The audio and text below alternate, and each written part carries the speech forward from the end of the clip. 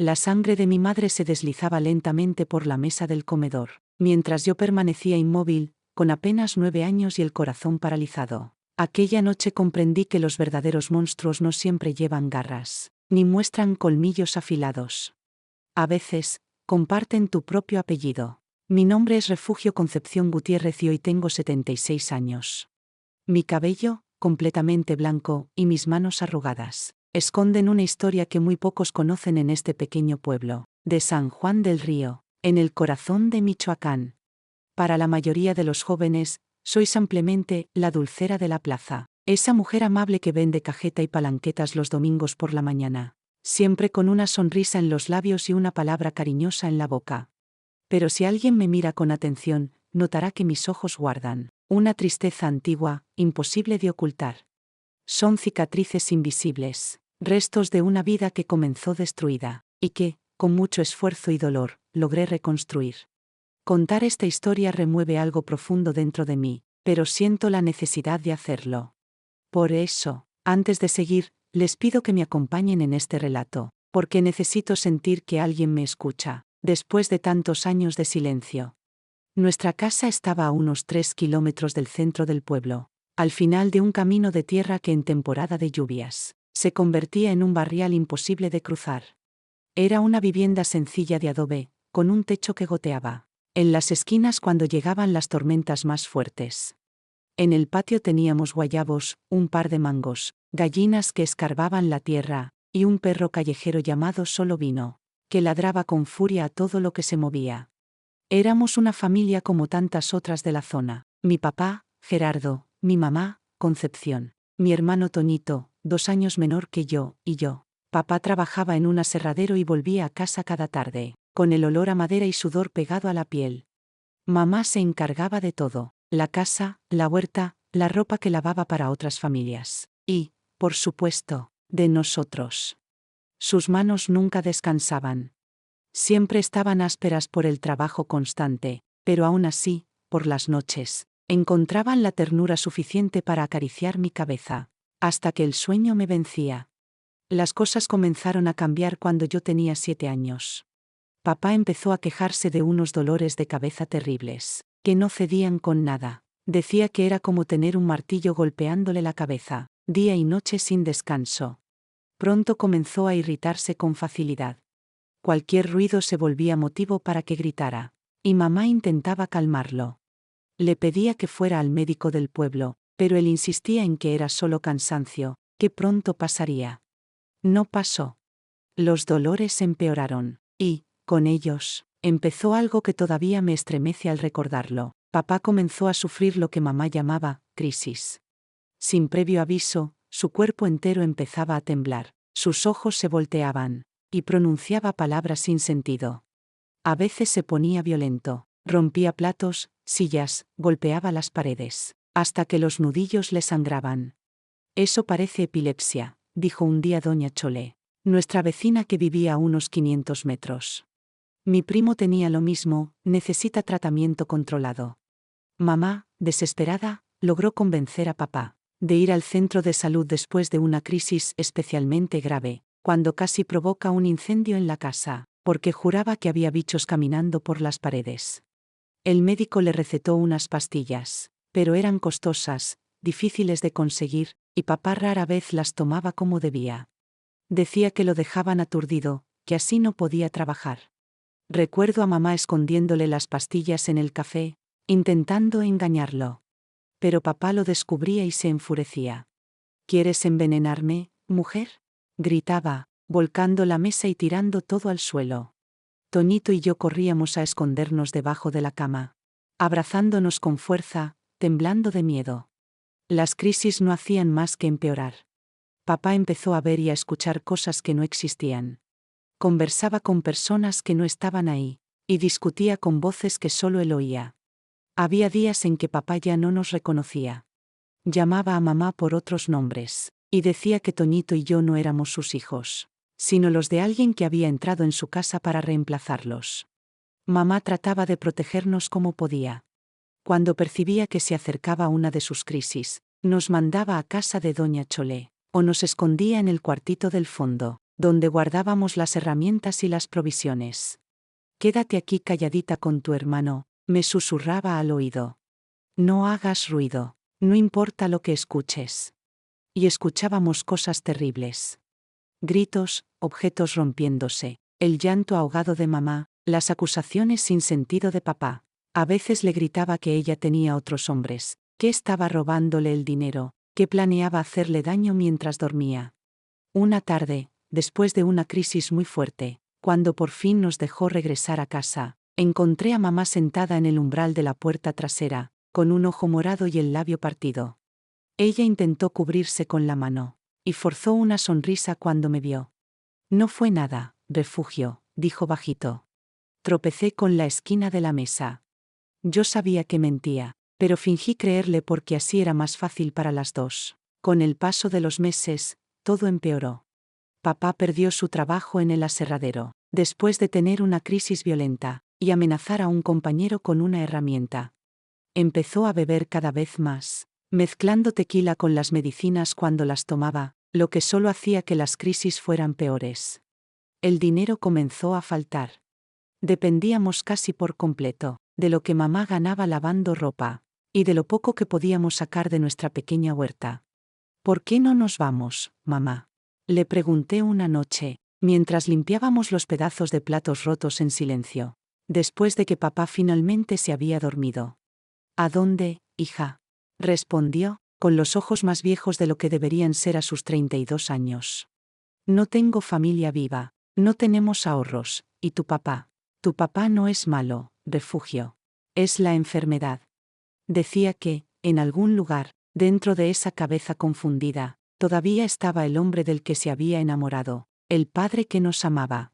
Yo quería creerle, y a veces casi lo lograba.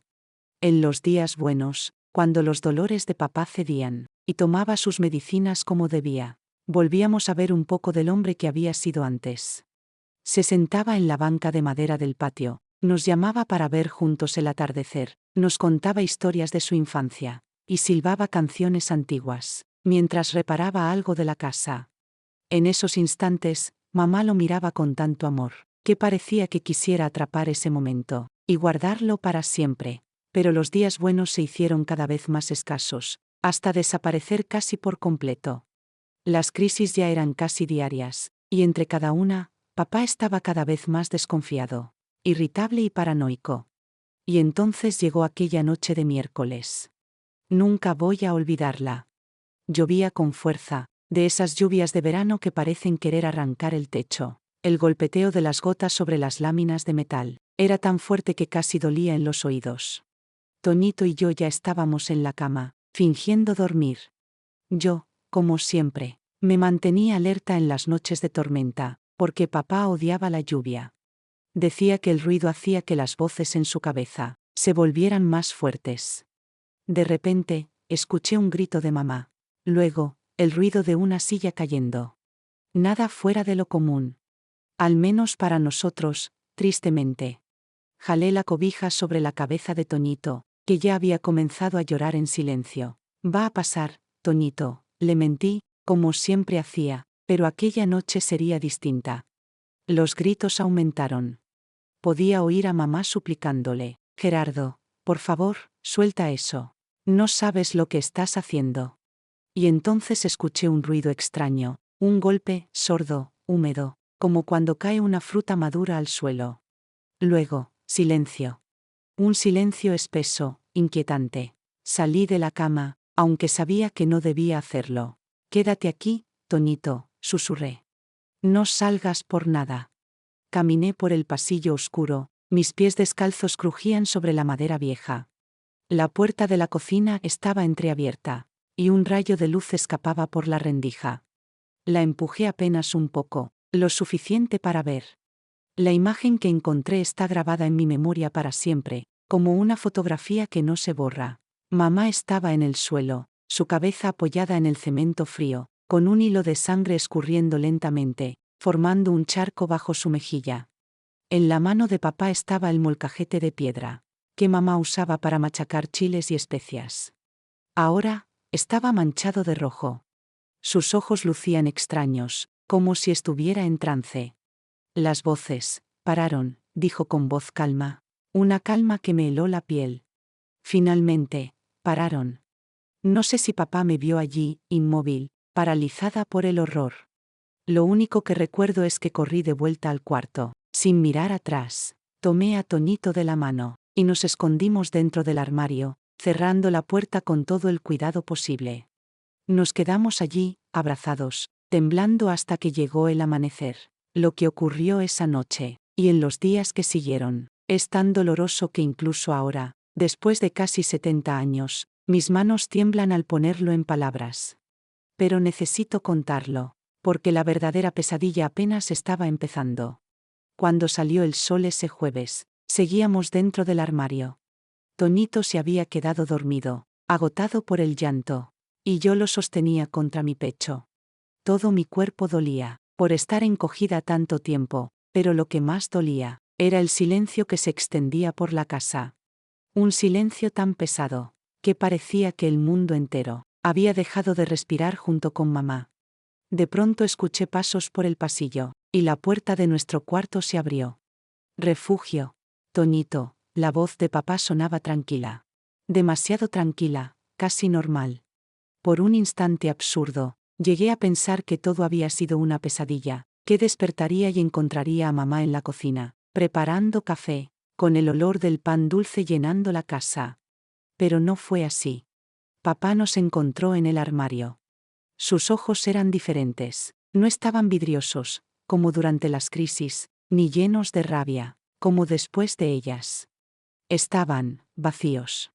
Vacíos como un pozo profundo y seco, en el que no se puede ver el fondo.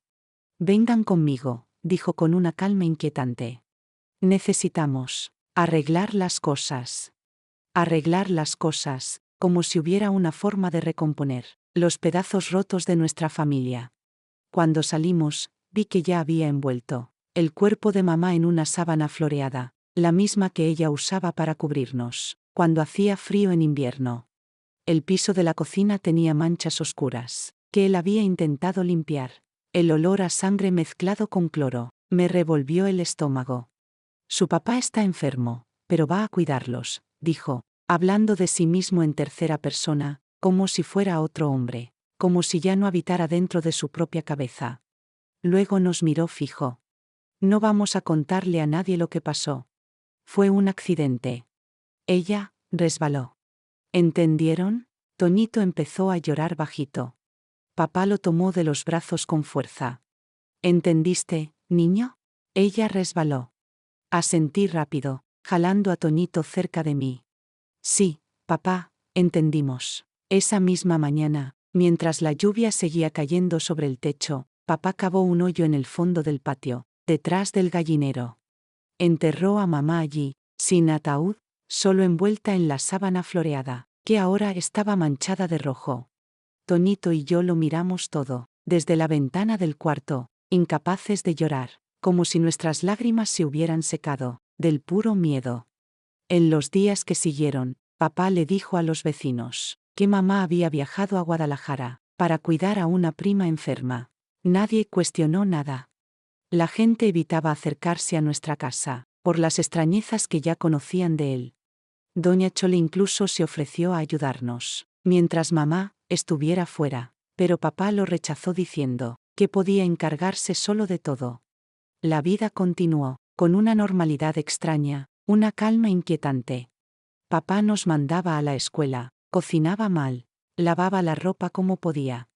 A veces parecía casi normal. No tenía crisis violentas, y hablaba poco. Con el tiempo descubrí que había dejado las medicinas, pero también había dejado de beber. Era como si viviera en un mundo alterno, donde nada de lo que había pasado existiera. Las noches eran las peores. Me acostaba con Toñito en la misma cama, abrazándolo fuerte, pero ya no teníamos el consuelo de saber que mamá estaba en el cuarto de al lado. Ahora sabíamos que estaba en el fondo del patio, bajo la tierra húmeda, sola en la oscuridad. Pasaron 2 semanas. Una de esas noches, escuché la puerta de nuestro cuarto abrirse lentamente. No era raro que papá viniera a ver si estábamos dormidos, así que fingí que lo estaba, como siempre hacía. Pero esta vez fue diferente. Sentí el colchón hundirse a mi lado, cuando se sentó en el borde de la cama. «Te pareces tanto a tu mamá», susurró, pasando la mano por mi cabello.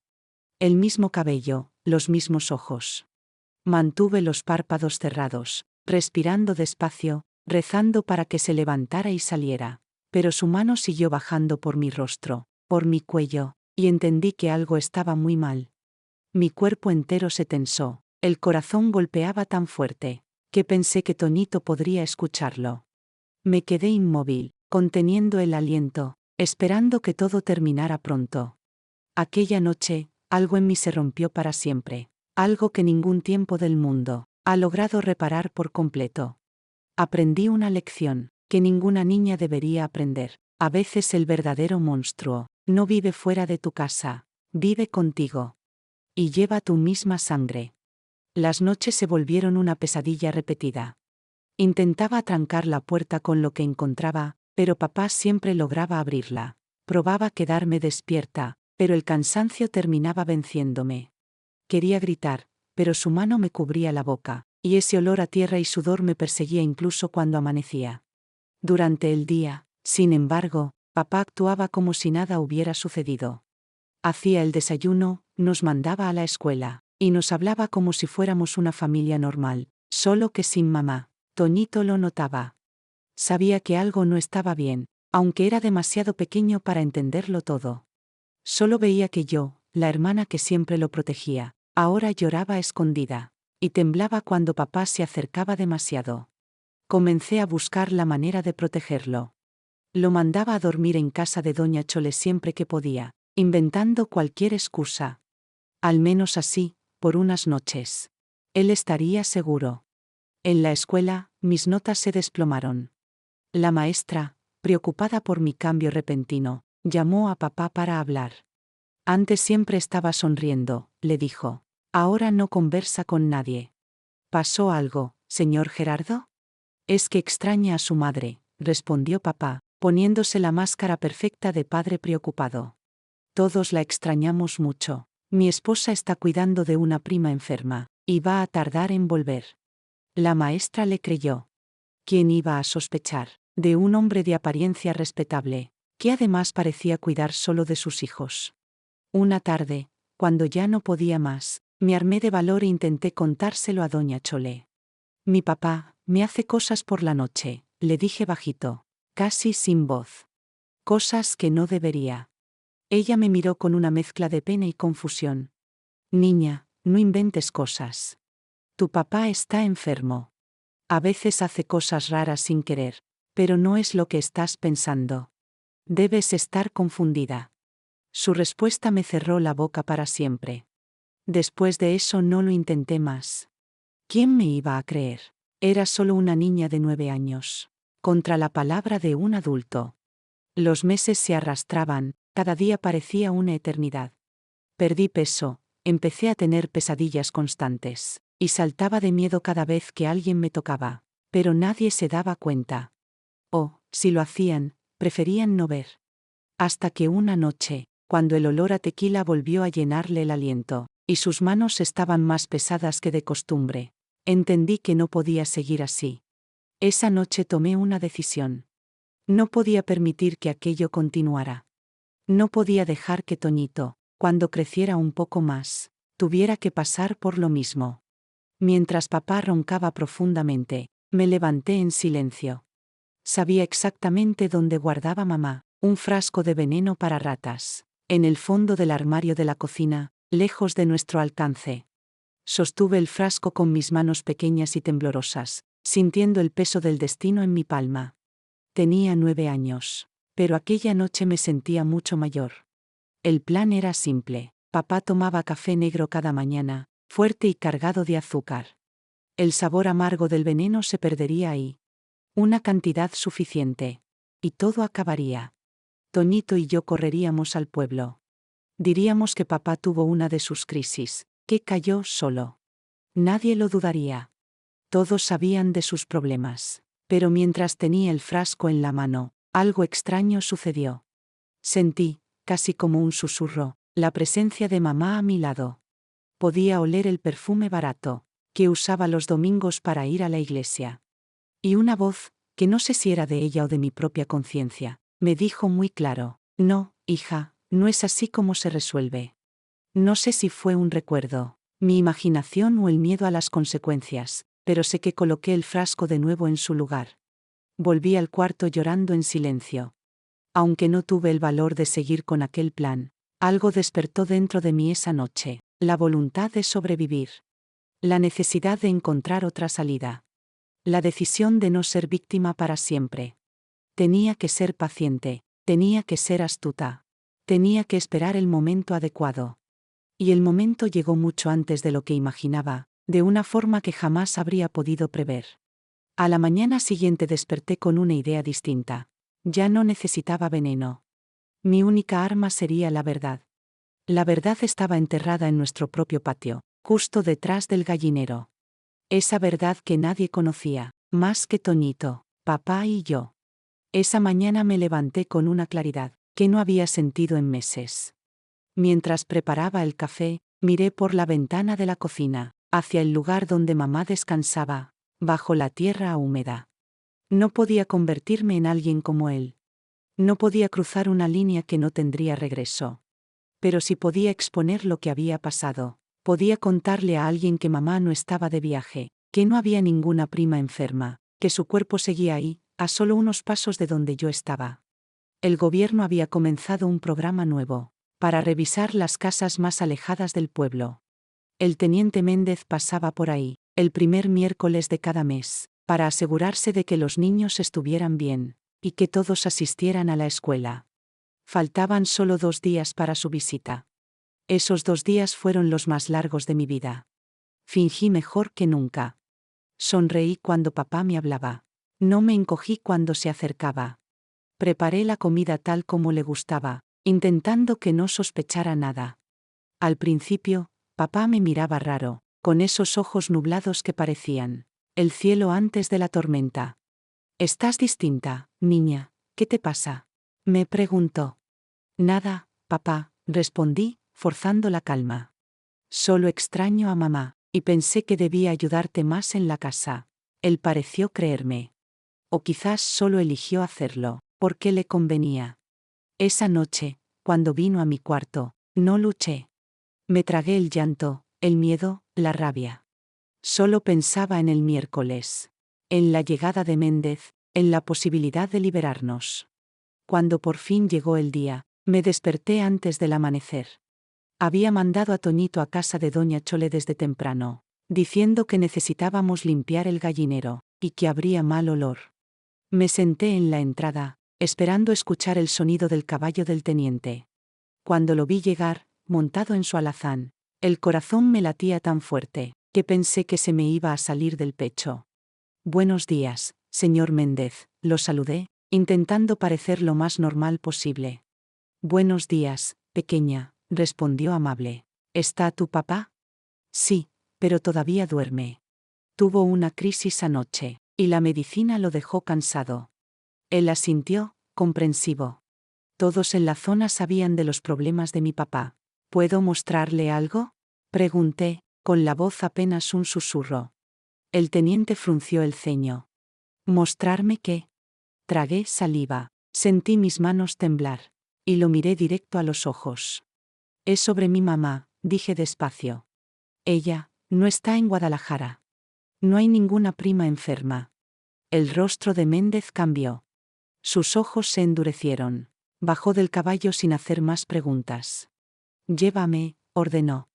Lo guié hasta el fondo del patio, detrás del gallinero, donde aún se notaba un montículo de tierra, que el tiempo no había borrado del todo. Me quedé en silencio, señalando con el dedo. «¿Qué hay aquí, niña?», preguntó con voz baja. Tragué saliva otra vez. «Mi mamá», dije finalmente, con un hilo de voz pero firme. «Papá la lastimó una noche de lluvia. Yo lo vi. Él la envolvió en una sábana, y la enterró aquí». El teniente me miró con el rostro pálido, como si la sangre se le hubiera ido del cuerpo. Miró la tierra, luego me miró a mí otra vez. «¿Estás segura de lo que estás diciendo?», preguntó. «Segura», respondí sin dudar. Si Cava, lo verá. No voy a describir con detalle lo que siguió. Recuerdo el sonido de las palas, los murmullos contenidos de los hombres que Méndez llamó. Recuerdo el momento en que encontraron la sábana floreada, y dentro de ella, los restos de mamá. Era ella, lo supe de inmediato. El collar de cuentas turquesas que nunca se quitaba, todavía estaba colgando de su cuello. El ruido de las palas despertó a papá. Lo vimos salir corriendo de la casa, gritando que las voces lo habían obligado, que no era culpa suya. 3 días después lo encontraron, escondido en una cueva cerca del río, delirando y hablando solo. Confesó todo. No solo lo de mamá. También, todo lo demás. Hubo gente del pueblo que quiso hacer justicia por su cuenta, pero la policía se lo llevó detenido. Esa fue la última vez que lo vi. Años más tarde supe que murió en la cárcel, en una pelea con otros presos, que supieron lo que había hecho. No sentí nada. Ni alivio, ni tristeza, ni alegría. Solo un vacío inmenso, como si las emociones se hubieran agotado para siempre. Yo y Toñito fuimos a vivir con la tía Socorro, hermana de mi papá, una mujer de la que ni siquiera sabíamos que existía. Ella vivía en la Ciudad de México, trabajaba como enfermera en un hospital grande, y nunca se había casado ni tenido hijos. Pero cuando nos recibió en la terminal de autobuses, nos abrazó como si nos hubiera esperado toda la vida. La sangre es la sangre, dijo, apretándonos fuerte contra su pecho. Ustedes ahora son mi familia. Tía Socorro era diferente a cualquier mujer que yo hubiera conocido. Usaba pantalones en lugar de vestidos, manejaba su propio coche, trabajaba fuera de casa, y decía lo que pensaba sin miedo a ser juzgada. En el pueblo, habrían murmurado que era demasiado moderna, y que por eso nunca encontró marido, pero para mí fue exactamente lo que necesitábamos. Alguien que nos mostrara que la vida podía ser distinta. Los primeros meses en la ciudad fueron difíciles.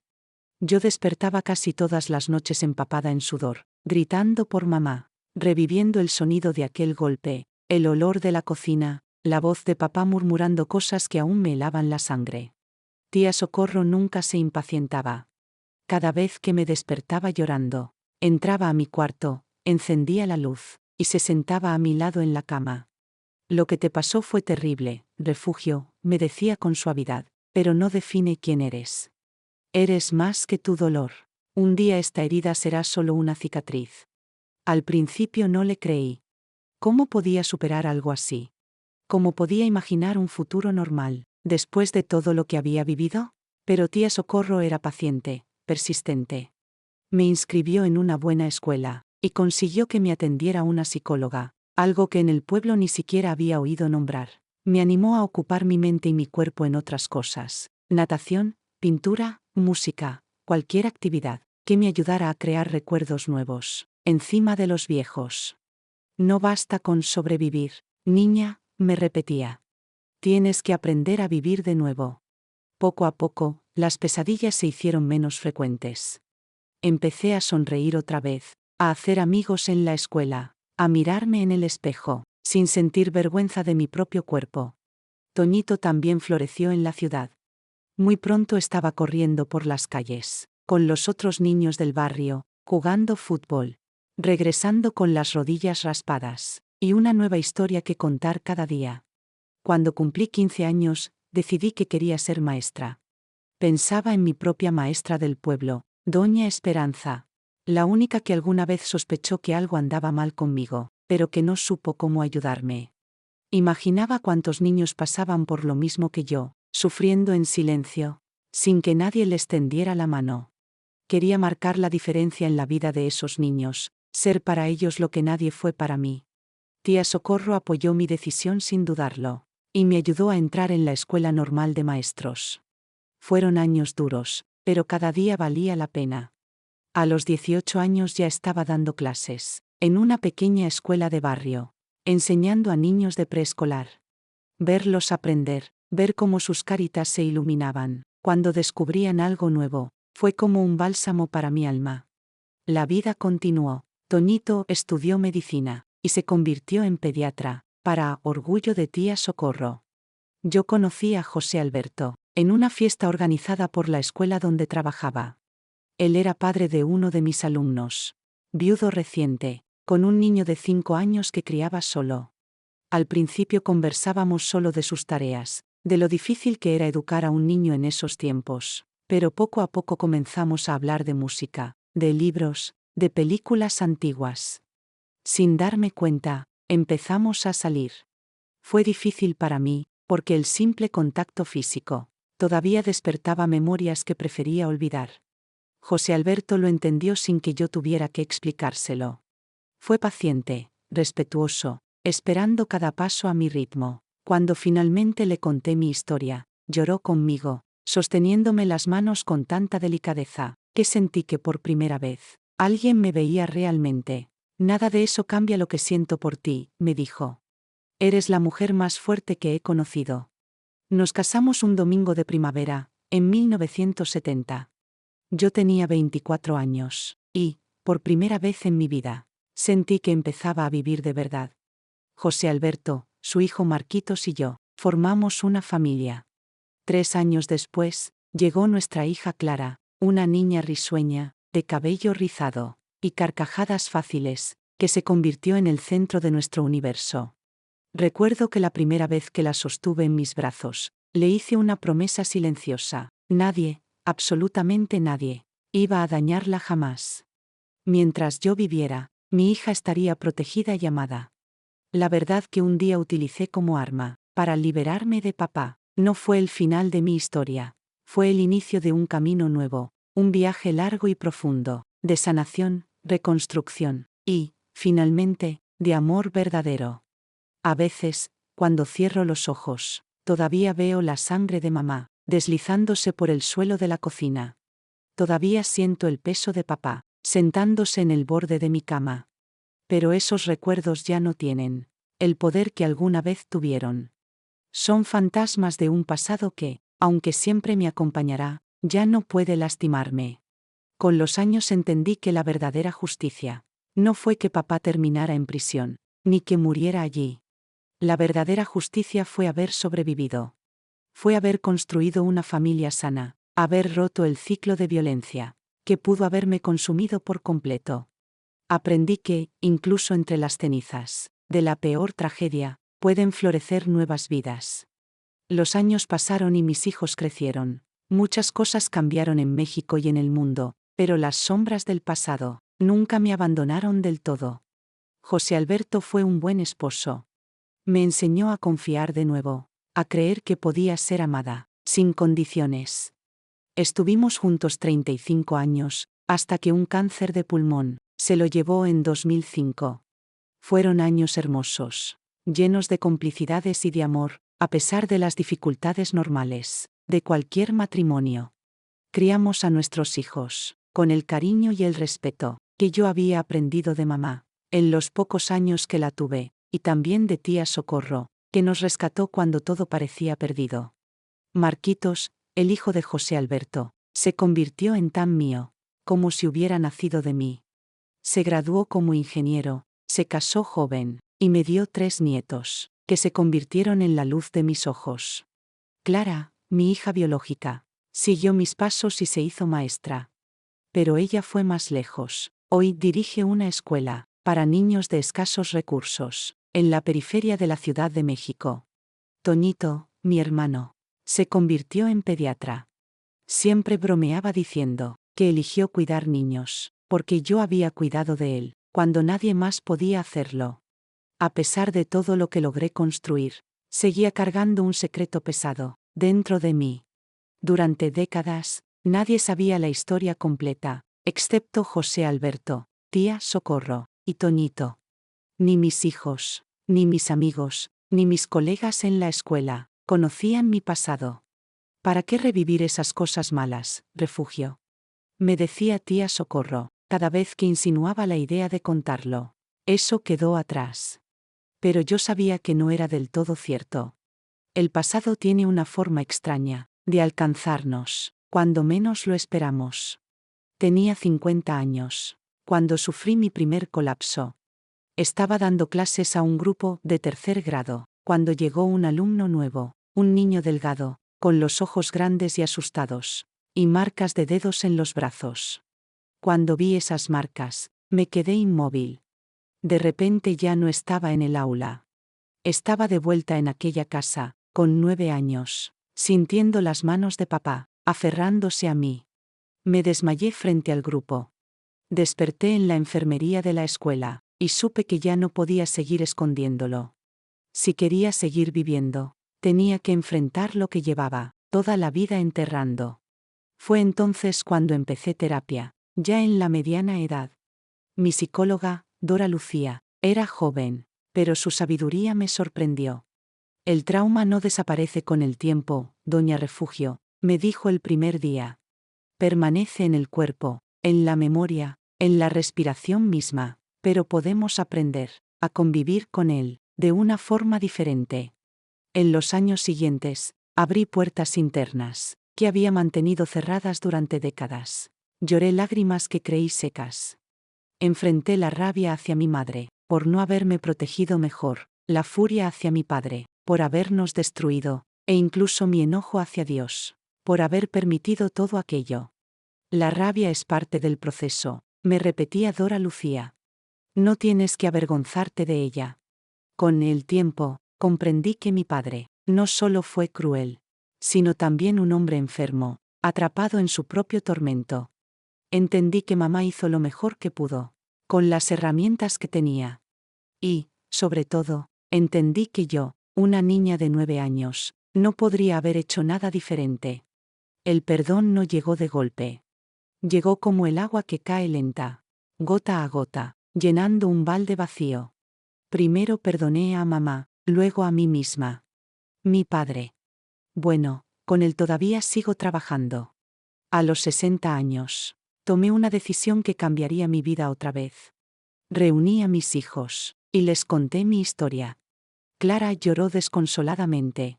Marquito se quedó en silencio, los ojos perdidos, como si estuviera tratando de procesarlo todo.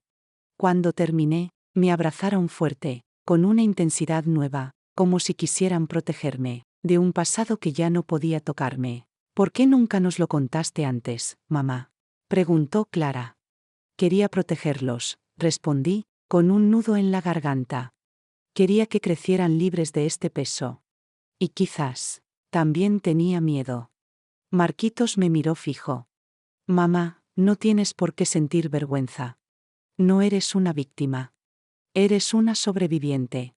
Esa palabra, sobreviviente, resonó en mí por días. Nunca me había visto así. Siempre me consideré la niña rota, la que carga cicatrices invisibles. Pero sobreviviente. Eso sonaba diferente. Sonaba a fuerza. Sonaba a vida. Después de esa conversación con mis hijos, algo profundo cambió dentro de mí. Por primera vez en mi vida, empecé a hablar abiertamente de mi historia. No lo hacía con cualquiera, solo con personas que podrían beneficiarse de escuchar que es posible reconstruir la vida, después de haberla visto derrumbarse. Comencé a asistir a grupos de apoyo para mujeres que habían sufrido violencia. Me invitaron a dar charlas en escuelas, explicando las señales que pueden indicar que un niño está viviendo abuso. También me ofrecí como voluntaria en una casa de acogida para niños rescatados de entornos violentos. Cada vez que contaba mi historia, cada vez que tomaba la mano de alguien que cargaba un dolor parecido al mío, sentía que el peso dentro de mi pecho se hacía un poco más ligero. No porque olvidara, sino porque estaba dándole un nuevo significado a esos recuerdos dolorosos. Mi pasado dejó de ser solo la historia de la niña que sufrió, y se convirtió en la historia de la mujer que sobrevivió, y decidió ayudar a otros a sobrevivir también. A los 70 años, ya retirada de las aulas, pero todavía activa en el voluntariado, recibí una invitación inesperada. Una periodista me llamó para pedirme que participara en un documental sobre sobrevivientes de abuso infantil. El proyecto se llamaría Voces del Silencio. Mi nombre había sido recomendado por una de las coordinadoras de la casa de acogida. Mi primer impulso fue decir que no. Una cosa era compartir mi historia, en pequeños grupos, en espacios íntimos. Otra muy distinta, era exponerla ante una cámara. para que la vieran miles de desconocidos. Esa noche recé en silencio, y hablé con José Alberto, aunque ya no estaba conmigo. Era algo que hacía a menudo. Me dirigía a él como si aún pudiera oírme. ¿Qué debo hacer, José? Susurré en mi cuarto. La respuesta me llegó clara. Si mi testimonio podía salvar aunque fuera a un niño, valía la pena hacerlo. Acepté. La entrevista fue una de las cosas más difíciles que he hecho en mi vida. Revivir todo con detalle, frente a extraños, con luces, cámaras y micrófonos apuntándome, fue un desafío enorme. Pero cuando terminé, sentí un alivio tan grande, que parecía que podía respirar de nuevo. El documental se estrenó unos meses después, y, para mi sorpresa, Voces del Silencio ganó premios. Se exhibió en escuelas, universidades, centros comunitarios y comisarías. De pronto, empecé a recibir cartas y correos electrónicos de personas que se identificaban con mi historia, que encontraban el valor de pedir ayuda, después de escucharme hablar. Mi nieta me enseñó a usar la computadora, a mis 72 años, para poder responder a cada mensaje. Recibí cientos. Pero uno en particular me conmovió profundamente. Era de una señora de 85 años, con letra temblorosa, que decía: «Querida refugio, yo nunca le conté a nadie lo que mi padrastro me hizo, cuando tenía 12 años. Cargué este secreto durante 73 años, pensando que moriría con él. Después de ver tu testimonio, tuve el valor de contárselo a mi hija. Fue como quitarme un peso de encima. Gracias por darme fuerza». Lloré mientras leía sus palabras. Pensé en cómo el silencio nos aprisiona, en cómo creemos que estamos protegiéndonos, cuando en realidad solo estamos alimentando la oscuridad. Ahora, a mis 76 años, sentada en esta mecedora en el porche de mi casa, mientras miro las calles agitadas de la Ciudad de México, tan diferentes de aquel camino de tierra de mi infancia, entiendo que mi historia no es solo de dolor y de heridas. Mi historia también es sobre la verdad, y sobre la libertad que nace cuando decides romper el silencio. Porque lo que me pasó a mí, le sigue pasando hoy, a miles de niños en México y en el mundo.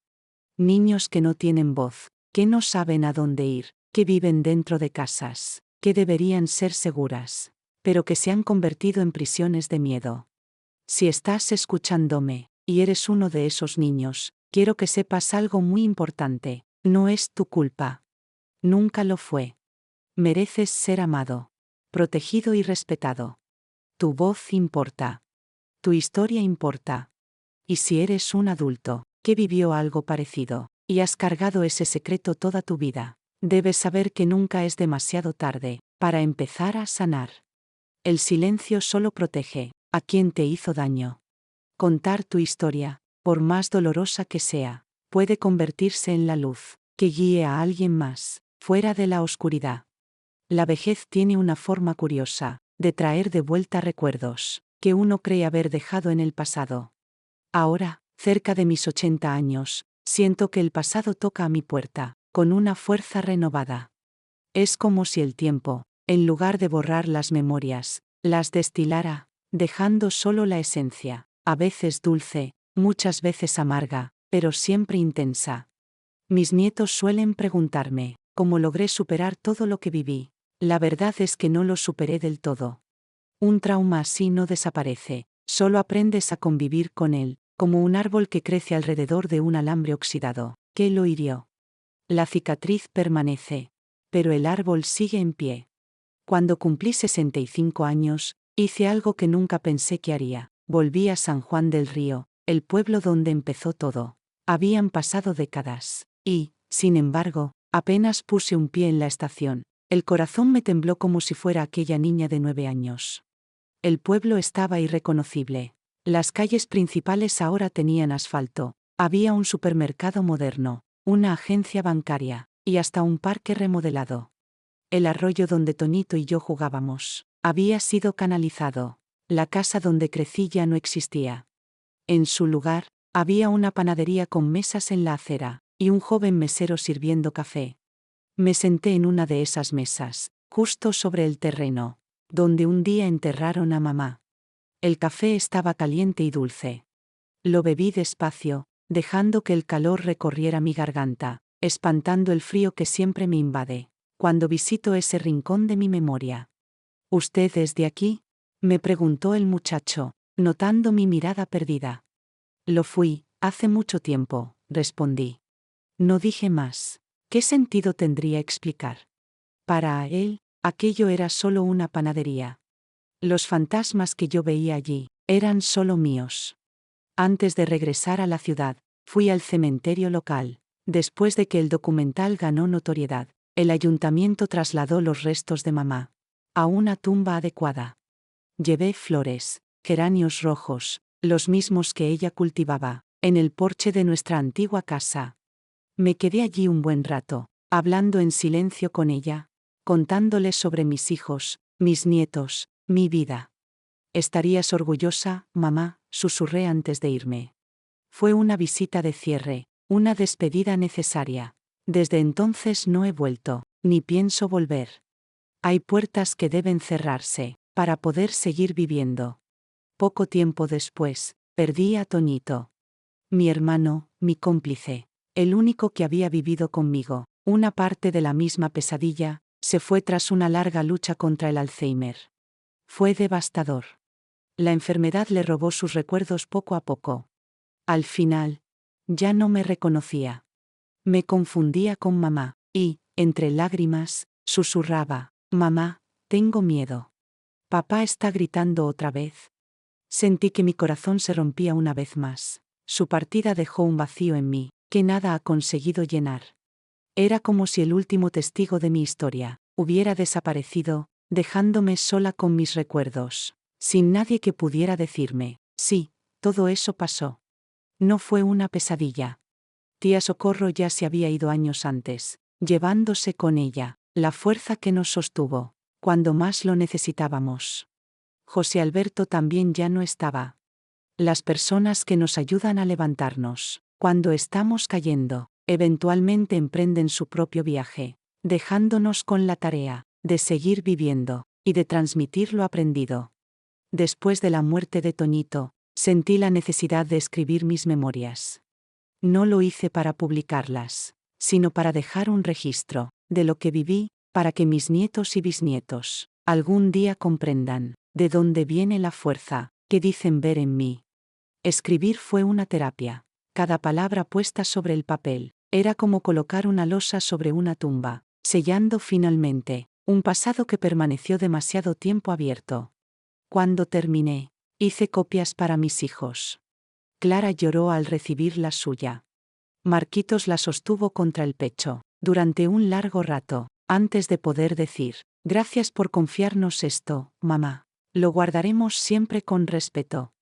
En 2020, cuando llegó la pandemia y el mundo entero se detuvo, descubrí que mi vida me había preparado para enfrentar el aislamiento de una forma distinta.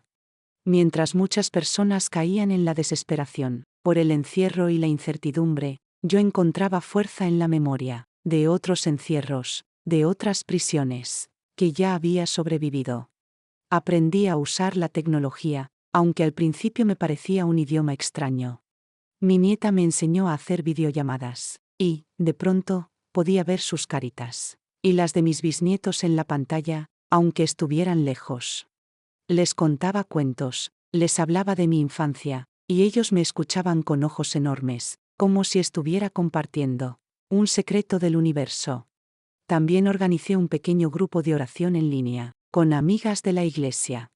Recitábamos versos, nos acompañábamos, y encontrábamos consuelo en medio del caos. De alguna manera, mi edad, que muchos consideraban un factor de vulnerabilidad, se convirtió en mi mayor fortaleza. Había visto tanto, sobrevivido a tanto, que no iba a dejar que un virus invisible me derribara. «Abuela, eres indestructible», bromeó mi nieto Pedro, en una de esas llamadas. Sonreí, pero en silencio pensé: «No, Pedro, no soy indestructible. Me rompí muchas veces en la vida, pero aprendí a reconstruirme, una y otra vez, más fuerte en cada grieta». Hace poco, Clara, mi hija, me invitó a dar una charla en la escuela que dirige. Sería parte de una capacitación para que los maestros aprendieran a identificar señales de abuso infantil. Dudé al principio. Pensé que ya estaba muy vieja para esas cosas. Pero acepté. Me senté frente a un grupo de maestras jóvenes, llenas de energía y esperanza. Conté mi historia una vez más. Hablé de aquella noche de lluvia, del sonido que hizo el molcajete al caer sobre la cabeza de mamá. Hablé de la niña asustada, que se escondía con su hermano, del miedo, del silencio, del momento en que decidí usar la verdad como arma, en lugar de la venganza. Hablé también de la reconstrucción, de la terapia, del perdón que tardó años en llegar, y que todavía sigo aprendiendo a concederme. Cuando terminé, una joven maestra levantó la mano. Tenía lágrimas en los ojos. ¿Cómo hizo para no volverse una persona amargada? Después de todo eso, me preguntó. Su pregunta me tomó por sorpresa. Nunca lo había pensado en profundidad.